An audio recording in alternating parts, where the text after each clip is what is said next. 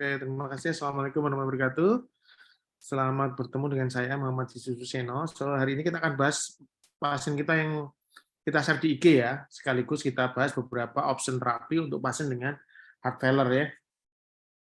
Oke, so ini adalah pasien laki-laki usia 73 tahun ya.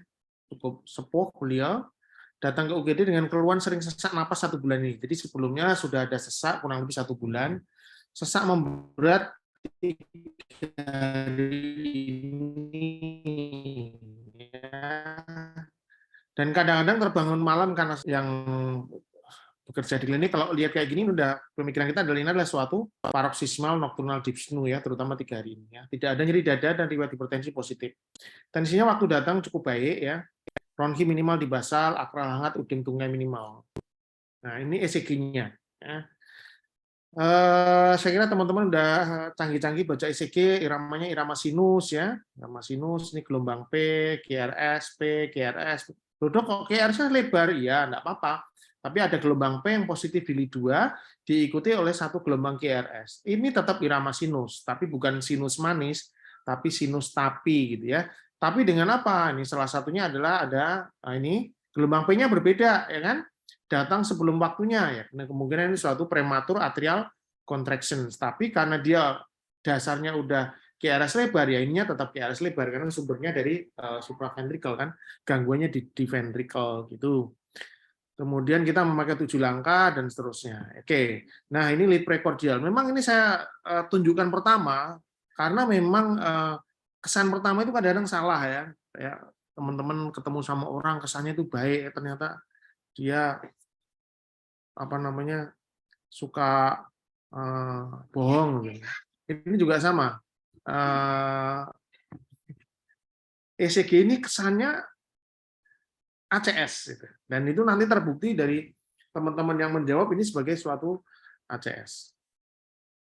Hampir 75% menjawab ini adalah ACS. Padahal sebenarnya laki-lakinya dengan sesak nafas. Cuma memang betul pada usia lansia di atas 70 tahun itu memang kadang-kadang presentasi klinis dari ACS tidak selalu nyeri dada, ya. Tidak selalu nyeri dada. Betul, itu kita harus hati-hati ya. Tapi apakah ini benar-benar ACS ya? Sebagian besar teman-teman menjawab 75% ACS dan sebagian besar menjawab sebagai STEMI. Kenapa ya? Karena jelas di sini ada ST elevasi di V2, V3, V4, V5, ST elevasi. 79% sebagai STEMI. Kemudian jelas kalau STEMI ya sebagai guideline kita memberikan DAPT, heparin, dan statin di sini. Ya, ini kita berikan. DAPT, heparin, statin kita berikan. Ya, 82%. Dan usulnya karena teman-teman sebagian besar menjawab sebagai ACS ya, sebagian besar menjawab dengan primary PCI. Dan kalau toh teman-teman ini menganggap ini sebagai suatu ACS, maka memang paling pas sebenarnya adalah primary PCI dan bukan fibrinolytik. Kenapa? Karena onsetnya tadi udah dibilang 3 hari ya. Fibrinolytik hanya bermanfaat pada fase 12 jam. Bahkan pada penelitian itu sebenarnya hanya benar-benar bermanfaat ketika 3 jam pertama. Ya. Ketika di atas 3 jam maka manfaatnya udah turun. Jadi kalau kita memang melakukan sesuatu untuk reperfusi karena kita suruh ACS pada pasien yang onsetnya tidak jelas atau diagnosa kita belum jelas, maka sebenarnya pilihannya adalah suatu angiografi koroner ya. Entah nanti namanya disebut primary PCI atau enggak, tapi intinya angiografi koroner. Dan tapi sebagian teman-teman masih ada yang menjawab sebagai tidak primary PCI karena tidak menganggap sebagai suatu ACS. Dan mana yang menurut kalian penting? Karena sebagian besar teman-teman menjawab ini sebagai ACS, maka ya troponin. Tetapi kalau saya sendiri pribadi sejak awal menganggap bahwa ini bukan pasien ACS. Jadi sebenarnya menurut saya yang paling penting adalah echo. Nanti saya tunjukkan kenapa. Echo.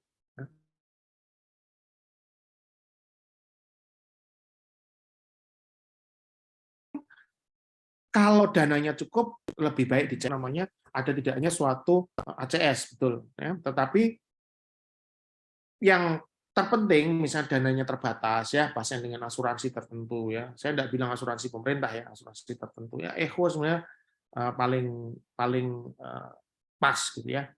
Dan memang betul ketika dicek lab troponin normal. NT-proBNP perlu, tapi ketika dananya terbatas yang bisa dilakukan menurut saya tetap echo. Salah satunya kenapa kok teman-teman banyak menjawab ACS, karena teman-teman hanya melihat di lead precordium. Sementara kalau kita lihat di lead ekstremitas, kita lihat ada gambaran suatu M-shape ya di lead 1, lead AVL yang khas untuk suatu left bundle branch block ya. Sementara ya ini memang ECG-nya yang lead V6 itu enggak begitu jelas. Nah, ini ketumbuhan sama apa namanya? GRS dari V5 ini ya. Nah, tapi yang jelas ada white S di white gelombang Q atau RS ini di lead V1 sama V2 ya.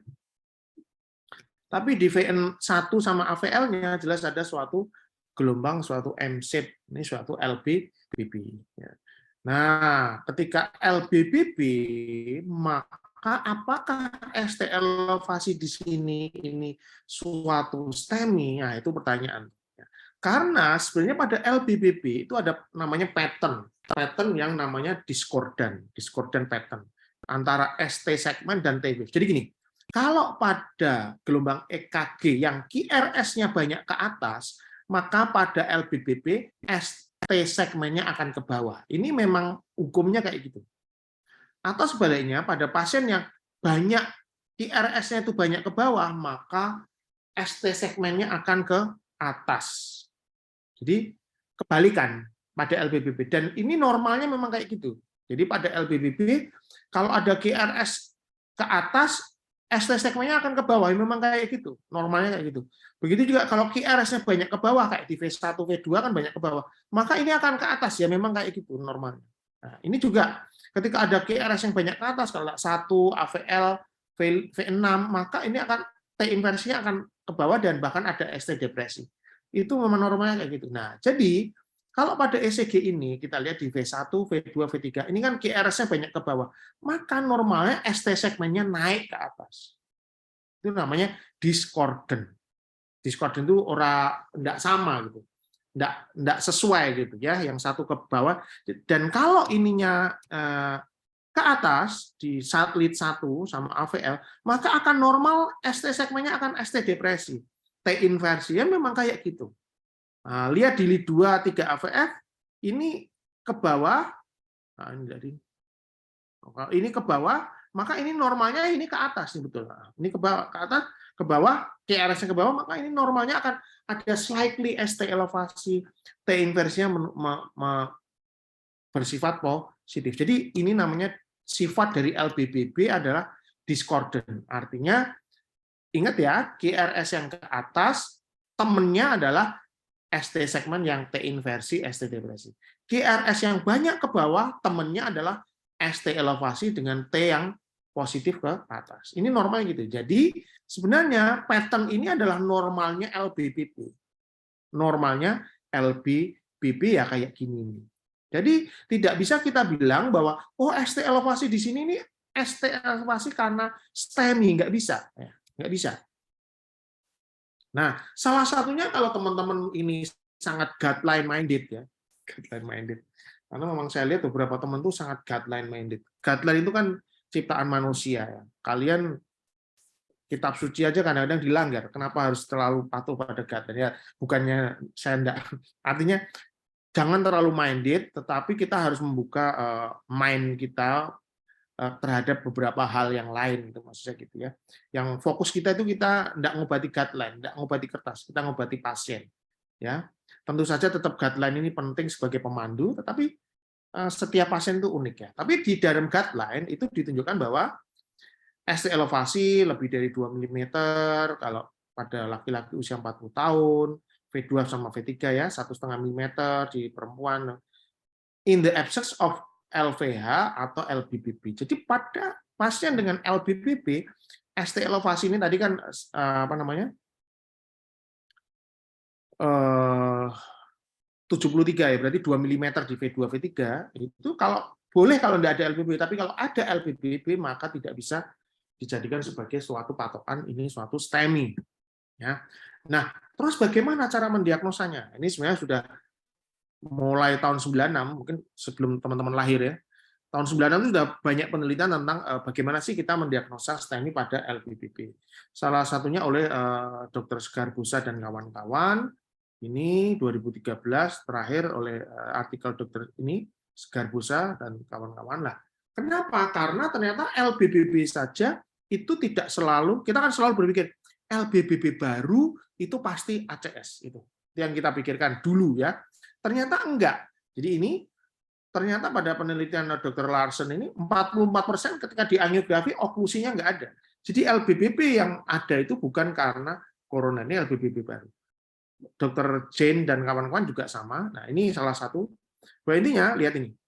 Pada pasien yang new or kita asumsikan new LPPP, itu hanya 56% aja yang betul-betul ada culprit lesion. Ini 7%, ini 61%, ini bahkan 14%. Ya, new LPPP yang betul-betul ada masalah koroner itu hanya 14%. Total itu dari ini semua hanya 40% yang new LPPP yang ini suatu ACS. Bagaimana dengan old LPPP? Lebih rendah lagi, hanya 5%. Artinya kita membutuhkan suatu kriteria yang lebih detail gitu. Supaya nggak sembarangan kan gitu. Oh, ini LPPP, ayo kita langsung angiografi. Ini sebenarnya sudah pernah dibahas oleh Dr. Rovila dan waktu itu atas bimbingan saya, ada di YouTube kalau teman-teman detail. Jadi ini kriteria LPPP, saya kira teman-teman udah hafal semua. Nah, ini tadi appropriate discordant. Jadi pada pasien, diulang ya, QRS yang ke bawah maka akan ada ST elevasi. Itu normalnya kayak gitu. Sebaliknya, QRS yang ke atas maka akan ada ST depresi. Yo, gawan bayi ini atau bawaannya LPPP yang gitu. Jadi kalau QRS-nya ke atas, ST segmennya ke bawah. Kalau QRS-nya ke bawah, ST segmennya ke atas. Itu memang kayak gitu. Nah, ini ya, sekali lagi diulang. QRS ke atas, ST segmen ke bawah. QRS ke bawah, ini ke atas. Ya, ini memang.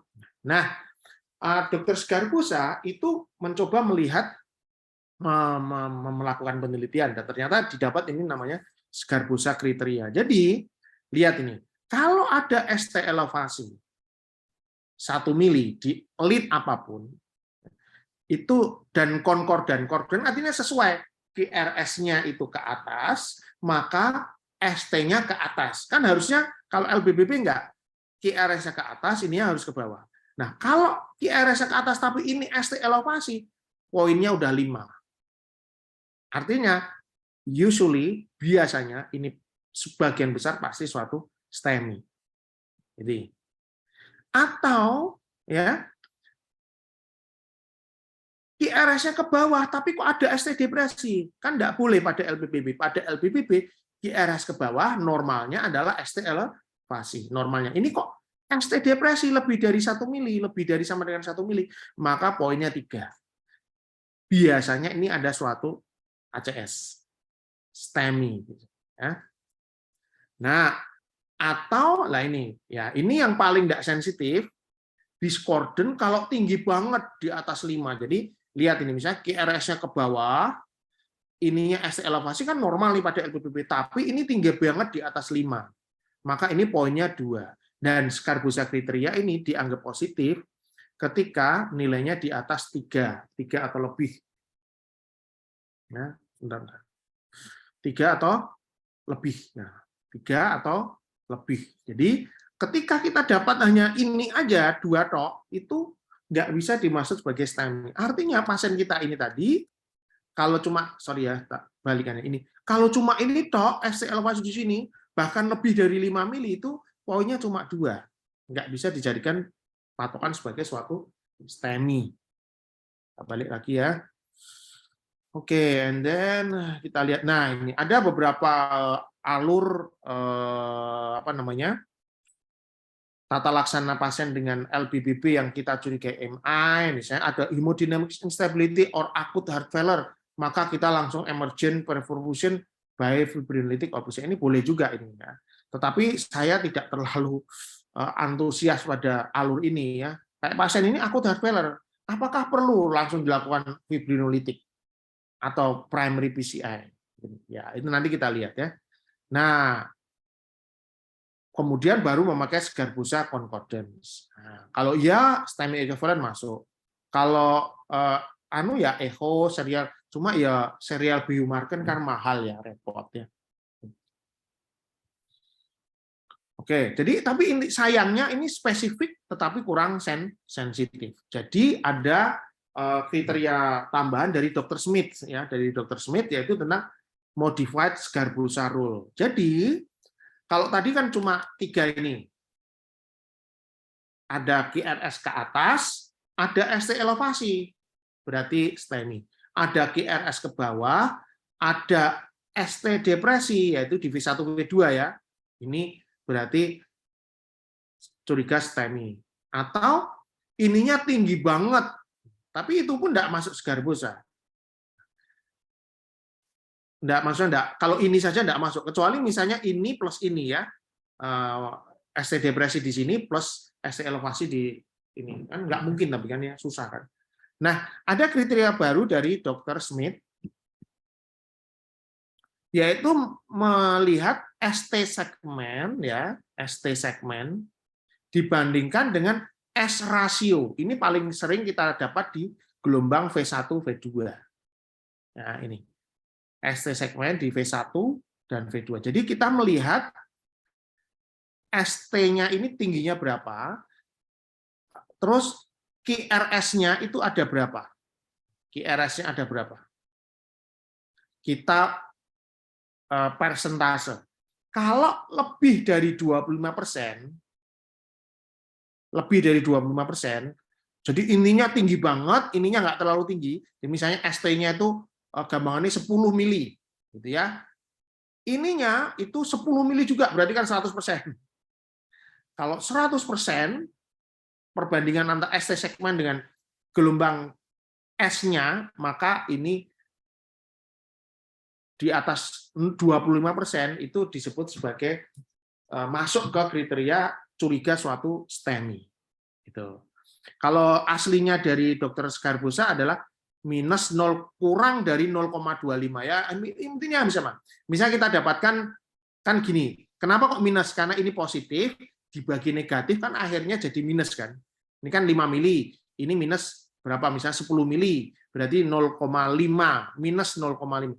Minus 0,5 kalau matematika kan sama minus 0,25 lebih kecil kan, bener kan? Minus 0,5 kurang dari minus 0,25.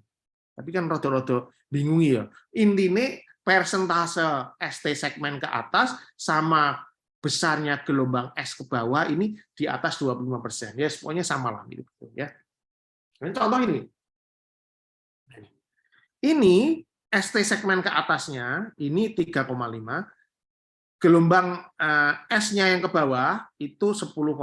Artinya 3,5 dibagi min 10,5 minus 0,33. Ini curiga suatu STEMI. Ya. Ini juga sama. Ya kalau ini kan ST elevasi, ini ST depresi. Jadi kalau ini ada ST depresi yang dalam, QRS-nya nggak terlalu tinggi, kemungkinan bisa suatu STEMI. Jadi intinya perbandingan antara ST segmen dengan S rasio, tapi bisa juga dipakai untuk gelombang R-nya, rasio R-nya, itu bisa. Rasio. Nah, pada dengan modified Dr. Smith ini, kalau Sgarbosa kriterianya itu lebih dari 3, maka ya langsung parametric atau fibrinolitik. Tetapi saya sendiri secara pribadi belum pernah melakukan fibrinolitik pada pasien dengan LPBB. Saya cenderung pada LPBB ini cenderung melakukan angiografi. Ya. Kecuali kalau memang kita melihat betul ST elevasi. Jadi Sgarbosanya itu betul yang ST elevasi, maka kita lakukan fibrinolitik. Kemudian kita hitung ST segmennya. Kalau ST elevasinya dibanding S-nya ke dalam itu lebih dari 25%, atau kalau pakai minus ya kurang dari 0,25, maka bisa kita lakukan parametric atau fibrinolitik. Ini menurut Dr. Smith ya. Menurut saya ya angiografi aja.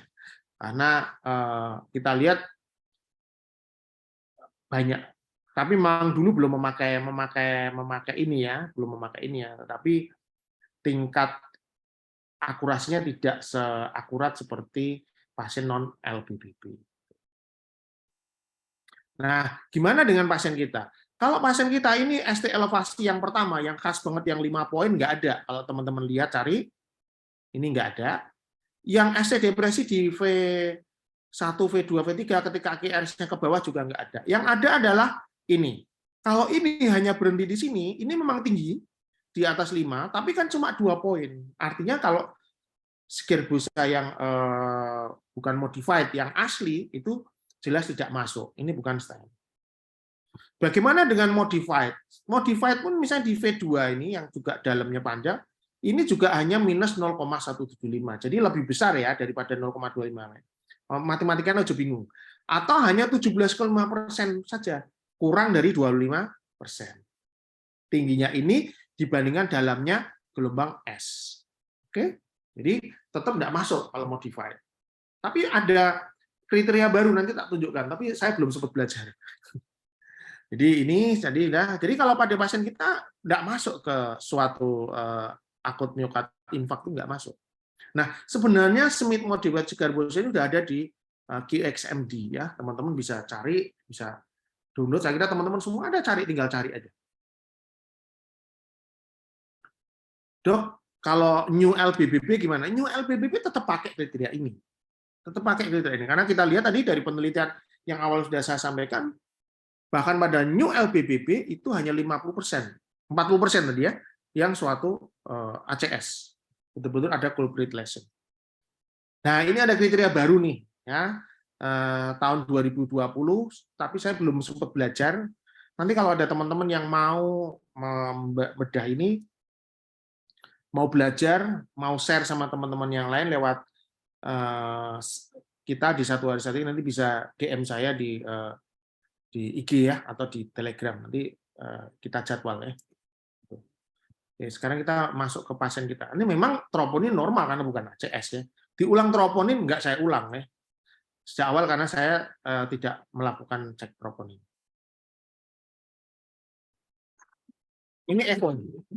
Ejection fraction jelas rendah. Ya. Biasanya pada LPBB itu ada namanya diskinetik. Tapi pada pasien ini yang aneh adalah tidak diskinetik, tetapi akinetik di anterior. Jadi saya curiga ini suatu koroner. Ya. Ejection fraction-nya kurang lebih sekitar 16-20%. Nah, apa yang kita berikan pada pasien ini? Karena pasien ini termasuk heart failure reduced ejection fraction. Tapi dengan kongestif, maka option pertama tetap diuretik kan ya. Furosemide ya, misalnya berikan kombinasi furosemide sama spironolakton, saya biasanya akan langsung masukkan kecuali pasien dengan hiperkalemia ya. Kemudian ARNI ya, sesuai dengan sini, apakah beta blocker dapagliflozin atau empagliflozin itu kita masukkan di awal? Nah, itu pertanyaan. Kalau menurut guideline ini ya kita masukkan di awal. Termasuk si beta blocker ya. Teman-teman sebagian besar menjawab ini, furo, spiro, ARNI, beta blocker. Ada yang menjawab furo, spiro, ARNI, beta blocker, dapagliflozin. Ini kalau yang 25% di bawah, ini masuk ke guideline ini EST ya 2021. 4 pilar katanya terus. Spiro, ARNI, beta blocker sama dapagliflozin itu 4 pilar. Tensinya sekian, ARNI tetap diberikan apa enggak? Ya harus diberikan, tetap diberikan ya. Enggak. Kalau memang kalian takut dia tensinya turun ya kasih low dose. Kalau ARNI bisa 2 kali 25. EF-nya 16%. Masuk enggak beta blocker di UGD? Nah, ini masih debatable. Kalau saya cenderung kalau dia masih kongestif, saya nggak akan melakukan pemberian beta blocker di UGD ya. Sebelum pulang kita berikan. Apalagi kalau EF-nya kayak tadi 16%, nggak deh, jangan dulu deh. Apalagi masih kongestif ya. Nanti mungkin ketika akan pulang kita mulai low dose dulu boleh kita masuk. Dan lihat heart rate-nya ini sekitar 75 sampai 75 lah ini ya. Kita lihat ini. 1 2 3 75 kali per menit ya. Jadi artinya kita tidak kesusu harus menurunkan heart rate-nya beliau. Tidak tergesa-gesa memberikan untuk mengontrol heart rate itu tidak kesusu, nanti malah tensinya tambah turun karena apa namanya dikasih beta blocker ya. Kita udah ngasih arni, udah ngasih furosemid, udah ngasih spironolakton, EF-nya cuma sekian, tambahi beta blocker, tambah bradikardia, tambah hati-hati. Bagaimana dengan digoxin? Nah, ini masih debatable, sebagian teman memberikan tapi low dose. Tapi masalahnya seberapa low ya, itu harus hati-hati ya. Tapi dengan EF hanya 16% bisa dipertimbangkan untuk, kalau saya kadang-kadang fase awal yang masih kongesti, kemudian EF-nya terlalu rendah, kita mulai dengan digoxin, tapi nanti begitu sudah membaik kita kurangi, kemudian kita konkomitan dengan beta blocker low dose, terus habis itu baik, rawat jalan digoxin kita lepas. Cuma memang ada beberapa pasien yang nggak bisa lepas dari digoxin karena EF-nya terlalu rendah. Itu ada. Ini bukan ngomong pasien AF ya. Tapi ini seni sih ya. Kalau ini udah masuk digoxin itu udah masuk arts. Jadi harus hati-hati. Tapi pada pasien yang kongesti dengan EF kurang dari 25%, nah ini menurunkan rawat inap, memperbaiki. Jadi pasien ya pengen cepat pulang lah gitu ya. Pengen cepat pulang. Nanti kita lepas ya. Memang digoxin toxicity itu berkait meningkatkan mortalitas. Betul. Makanya kita harus memberikan sangat hati-hati dan kalau perlu dengan dosis rendah mungkin. Terus gula darahnya 198. Kira-kira masuk dapagliflozin enggak? Ya, dapagliflozin kan salah satu obat yang bisa kita berikan pada pasien dengan diabetes. Menurunkan gula. Kita masukkan enggak? Nanti gulanya turun enggak? Ini sebagian besar Pak teman-teman jawab tidak. Tapi ingat di ESC itu masuk. Kalau teman-teman yang mau ikuti guideline itu masuk 4 pilar ya. Masuk nggak? Nah, sekarang kita ngomong dapagliflozin ya. Oke, dapagliflozin ini dari berbagai potensial mekanisme yang ada akan mengurangi preload afterload ya. Memperbaiki myocardial energi di miokard, ada cardiac remodeling, dan ini sudah saya buktikan pasien saya yang STEMI EF-nya turun, tapi ya tidak hanya efek dapagliflozin aja, dapagliflozin plus ARNI dan lain itu membaik, improve cardiac contractility dan lain-lain ya. Dan ini dari penelitian dia jelas menurunkan primary endpoint ya, mortality. Jadi paling penting itu kan mortality. Jangan sampai pasien kita lebih cepat meninggal daripada kalau tidak kita obati. Jadi dapagliflozin menurunkan mortality. Dan memperbaiki quality of life. Iya, jelas terbukti dari penelitian yang dibandingkan dengan pasien. Mohon yang di silent, Mbak, minta tolong. And then pada pasien dengan diabetes dan tanpa diabetes itu sama-sama bagus ya. Ketika di subgroup analisis ya ini menurunkan 25% pada pasien dengan diabetes, yang tanpa diabetes sama 27%. Jadi sekali lagi dia efek sampingnya lihat ini. Pada pasien yang tanpa diabetes itu nggak ada efek samping hipoglikemi, malah nggak ada. Ya. Tapi pada pasien dengan type 2 diabetes mellitus itu ada efek hipoglikemi, tapi sebenarnya sebanding dengan placebo, jadi tidak signifikan juga. Ya. Tapi pada diabetes malah nggak ada sama sekali hipoglikemi, jadi nggak usah takut. Gulanya 98 boleh diberikan dapagliflozin, dan dapagliflozin ini masuk dalam 4 pilar yang dalam guideline dari ESC ya. Pertanyaan berikutnya adalah perlu nggak angiografi? Perlu, tidak CT scan jantung. Ya, ini juga debatable. Kalian bisa lihat di guideline dari CCS, chronic syndrome. Tapi kalau saya dengan pasien EF-nya 16%, saya akan pilih angiografi aja. Karena ketika angiografi kita memasukkan kontras itu pelan-pelan, 3 cc, 3 cc, 3 cc, paling pol mungkin hanya sekitar, kalau kayak gini, saya berikan kontras sekitar 20 cc, sudah cukup, finish. Maksimal 20 cc. Kalau perlu, kalau EF-nya rendah banget, kadang-kadang kita hanya, yang kiri itu hanya 3 view, atau 2 view bahkan, berarti 6 cc, yang kanan hanya 1 injection aja. Itu, karena kontras ini akan berisiko terhadap terjadi udem paru, dan lain-lain. Nah, kita lakukan angiografi pada pasien ini, dan kita lihat apa total oklusi di LAD. Tapi total oklusinya udah kronis, bukan akut. Kenapa? Karena kalau kita lihat di sini RCA ini tadi LAD RCA-nya sudah memberikan, lihat ini RCA memberikan kolateral sampai di LAD. Nah, kolateralnya. Jadi ini bukan suatu akut coronary syndrome, ini adalah chronic coronary syndrome. Ya. Kalau pasien ini kita fibrinolitik bermanfaat enggak? Jelas enggak bermanfaat, malah berbahaya. First, do no harm. Itu treat your patients like your family. Itu yang paling penting. Kira-kira kalau ini Pak Demu, Mbok, fibrinolitik kan enggak? Ya. Angiografi oke, tapi bukan fibrinolitik dan bukan primary PCI. Jadi pasien ini yang tadi pertama datang itu rawat jalan. Nah, ini rawat inap untuk dilakukan angiografi. Ya. Jadi finally adalah diagnosnya adalah CAD triple vessel disease, CPO-LAD, LBBB dengan tadi waktu masuk akut decompensated heart failure. Furosemide 1x1 kita turunkan 1,5 kali, spironolactone, dapagliflozin, ARNI, clopidogrel, atorvastatin. Nah, pasien ini saya berikan digoxin 1/4 pada waktu rawat jalan. Ya. Rencananya nanti setelah seminggu, ini pasien sudah baik nih ya. Waktu kontrol kita switch ke beta blocker. Ya, ini rawat inap nanti kita tambahi beta blocker. Ya. Saya kira itu yang bisa saya sampaikan. Terima kasih. Wassalamualaikum warahmatullahi wabarakatuh. Waalaikumsalam, Dokter Yusuf. Terima kasih, Dokter, untuk presentasinya. Dok, ini ada pertanyaan, Dokter, di kolom chat, Dokter. Dari Dokter Henry Agustian, Dok. Mungkin Dokter Mawai bacakan, Dok? Sebentar. Masih? Oh iya. Kalau bisa tak jawab ya. Sepertiga dari S-nya.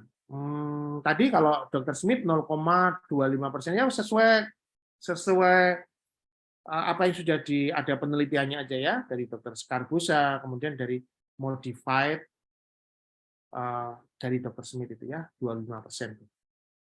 Itu Mas Henry, kemudian Mbak Puspita pada pasien rumah sakit yang tidak ada echo Scarbusa 2 apakah cek troponin juga? Kalau Scarbusa 2 kan tidak masuk ya. Dimodifikasi sama Dr. Smith. Dr. Smith tidak masuk ya, tidak usah ditroponin. Apalagi kalau nyerinya tidak khas. Kalau teman-teman khawatir banget ya boleh mencek. Sebenarnya kalau pada guideline heart failure itu tetap dianjurkan cek troponin ya. Sebenarnya dianjurkan tuh, tapi masalahnya cost. Oke, menjadi data kita hanya 12 ini tidak punya alasan EKG Waskes atau tidaknya ya, jadi bukan suatu STEM atau S. Ya, kalau teman-teman hafal pada tadi kriterianya Dr. Scarbusa maupun Dr. Smith itu bisa dipakai sih, bisa dipakai. Kalau memang tidak masuk ya udah. Tapi kalau kira-kira teman-teman ragu-ragu ya nggak yakin pada temuannya ya dicek troponin kalau memungkinkan. Tapi kalau masalah tidak ada troponin ya udah diobatin aja. Tapi karena ya apalagi dengan asuransi ya kita tahu lah ada keterbatasan kalau di ya jadi ya memang agak berat kadang-kadang. Kita ingin melakukan yang terbaik tapi ya kita nggak punya prasarana ya udahlah. Gusti Allah tuh mau pangerten. Malah manusia yang udah pangertenan. Oke, terus Dokter Thomas Suteja, Dok, izin tanya cara diagnosa CCS dari EKG. Ya sebenarnya CCS kan ada kriteria dari EKG, keluhan di dada, kemudian step berikutnya misalnya treadmill test atau CT scan dan lain-lain. Ya kalau CCS ada iskemik misalnya, versi yang dalam ST depresi. Dan LBBB-nya ini terapinya apa, Dok? Terapinya nggak ada. Ya LBB-nya nggak bisa kita apa-apain ya. LBBB pada pasien ini kan terjadi karena koroner. Kalau beliau ini saya anjurkan untuk pemeriksaan viability study dulu ya, karena EF-nya kan udah rendah banget. CPO-LAD tidak selalu harus kita buka, tidak harus selalu kita open. Kalau ternyata dari viability study ternyata ototnya udah nggak viable, jadi ya nggak harus dilakukan PCI ya. Jadi pasien tadi tidak saya lakukan PCI karena Saya tidak yakin bahwa ototnya itu yang CTO tadi, yang total oklusi, betul-betul udah masih viable apa enggak. Klopidogrel pada pasien ini ya karena pasien ini kan koroner, Mas. Pasien ini koroner, jadi ya saya kira kita perlu memberikan antiplatelet kan, boleh aspirin, boleh klopidogrel. Kebetulan pada beliau ini pernah diberikan aspirin oleh teman sejawat, kemudian ada masalah dengan lambung, ya udah, ingin klopidogrel, ya udah klopidogrel aja. Ya kalau tidak bisa dengan obat, kapan kita rujuk nih untuk angiografi? Teman-teman coba obati, kalau diobati ternyata masih ada keluhan terus, ya sebaiknya dilakukan rujukan untuk dilakukan tindakan lebih lanjut. Oke, saya kira itu dulu Mbak Rina, saya masih harus visit pasien ini belum selesai. Oke, thank you Dr.